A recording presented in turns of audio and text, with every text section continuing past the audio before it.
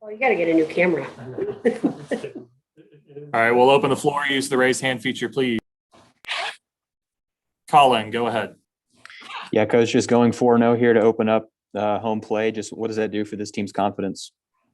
I mean, it's great to play at home and get in a home game routine. I thought we had a really good weekend, played very well all the way around. I thought our defense was outstanding. And we had some key hits from some people that really haven't gotten a lot of attention, especially with Shantice Phillips today. I thought that was outstanding of her coming in off the bench and really capitalizing on that base clearing double that she had. But it's just getting in a routine. And what I said to the girls in the locker room is right now, it's almost like we have a comma where we finished our first half. I'm very happy with where we are right now in our season and going into conference play. And now we understand that it's going to be another level entering SEC starting next weekend. Natalie. You mentioned conference play. What do you feel like is some important steps for your team before you start that? Because obviously, like you just mentioned, you had a great start to the season, but now you're getting into the difficult conference that is the SEC. No, I think we've had some competition that's been a true test for us. So that's good. Playing some of the teams that we have, our pitching really has experienced what they're going to need to do. And that's the level that they're going to need to make sure that they get at. The SEC is so unbelievably grueling. It's a battle every single inning. It's unbelievable because every single at bat is a competition and is a game within itself, and it's mentally exhausting. So I think we've done a great job preparing them for entering conference play. But again, the intensity is different. It's the SEC. It just means more, and it really does. And they're playing, and the emotion that goes into and the game management, because every single out could be the difference between the game. And Arnett. Larissa, now the rhythm changes. I mean, you're going from trying to jam as many games into a weekend or 3 days as you can to the midweek weekend cycle of conference play. And how do you feel like your group is set up to succeed in that kind of rhythm that you're getting into?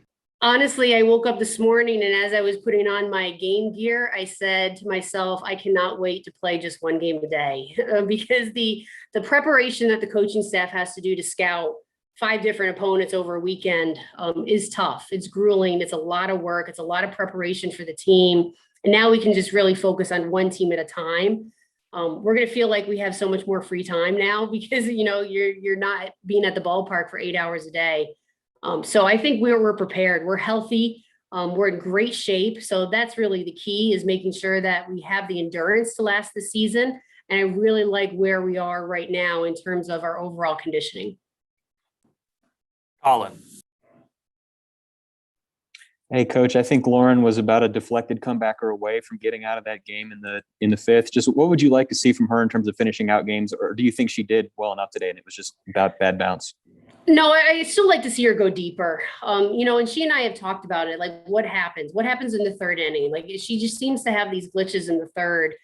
And she's saying, like, we're trying to figure out what her dugout routine is. She gets so excited and she is so enthusiastic for her teammates when they score. And it's almost like she gets too pumped up and she takes that energy onto the field and doesn't really know how to control her emotions just yet.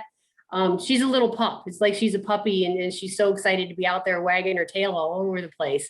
So it's really being able to control herself a little bit more. I see glitches of when she understands how to pitch rather than just throw. And I see other times where she's just throwing the ball with no purpose. So it's going to be studying the hitters a little bit more and getting her to understand that she has to compete on every single pitch and not take a pitch off, because when she takes that pitch off, I mean, she throws as hard as she does. She's hitting 70. The ball is going to be hit hard automatically if they get the barrel on the ball. So she just has to be a little bit more fine-tuned in some of the locations that she's spotting that. Ben Miglor.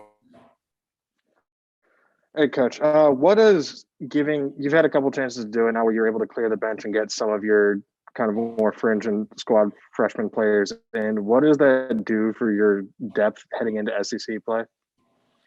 Oh, it adds a lot. It forces the opposing coach to have to prepare for more players. So that helps. But it also allows me to manage and try to get the best matchup. When you look at Abby George and adding her to the lineup, it adds something that we didn't have early on. She's a slapper. She has very good speed. So it's adding a little bit more pressure to the defense, but then I can immediately go to someone else on the bench like Shomo or Riley Frizzell or Megan Mall that has a little bit more power. So it's putting ourselves in a better situation to have the best matchup on the field at that given moment. What I love too is how many options I have for pinch runners. The pinch runners that we have can flat out steal bases. So I love being able to make lineup adjustments at any time. And then again, starters can re-enter. So that makes it even easier for me to be able to manage a game where I'm really playing sometimes 16 to 18 people each game. And Natalie. There's a lot of energy with this team. Both of your players actually just mentioned that's one thing they learned this weekend was how much energy and how great of a mindset this team has. What would you say on that, especially after being at home this weekend, maybe a different setting for them? That was something that we talked about after Friday, kind of understanding. And when you don't play at home for your first 20 games, you don't have a routine. You don't have a home field advantage. You're always the away team. And then playing at home, it's kind of educating them and having so many young players. And then also you look at our freshmen last year, didn't get to play at home very much. So it's saying what is Mizzou? We want the stands. We want the people in the stands. We want all of our fans to feel like they're a part of our success. And we want our stadium to be one of the toughest places to play in the SEC. And in order for it to be that atmosphere, it's going to come from us in the dugout. So when the press box is playing the music and the chants and the da-da-da-da, I want the dugout to respond to that. I want the dugout to get the crowd going because then they're going to feed off of us. So creating that atmosphere, and even if we have to social distance, it still can be a loud place. Like yesterday when we were behind and everyone in the stands starts pounding on the bleachers, our dugout's doing the same thing, and it impacts the game. It really does. I mean, they start to squeeze the ball a little bit more, and when the pitcher squeezes it, it's going to get hit harder and it's not going to move as much.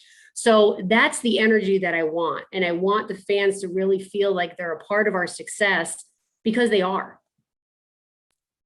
Got time for a couple more. Colin, go ahead. Coach, you hit 200 wins as a head coach over the weekend. Just any thoughts on that milestone and just what it took to get to that point? What's next? I think about all the players that I've had. I coached under a Hall of Famer, Bill Edwards, and I joke around all the time, like he had 800 and something. So, I got about 600 more to even get close to him. But I think about all the players that I've had over the years, and you're not going to get wins if you don't have the right people and the right coaches along your side. So it's great. It's a great honor. I'm really proud that I got my 200th win here at Mizzou. And I would love to, continue to build that. But I just think about everyone who gave me the opportunity to be able to have that chance. All right. Any other questions? Got time for one more.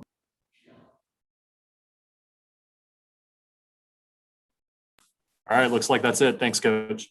Thank you. Thanks, Coach. Thanks, everyone.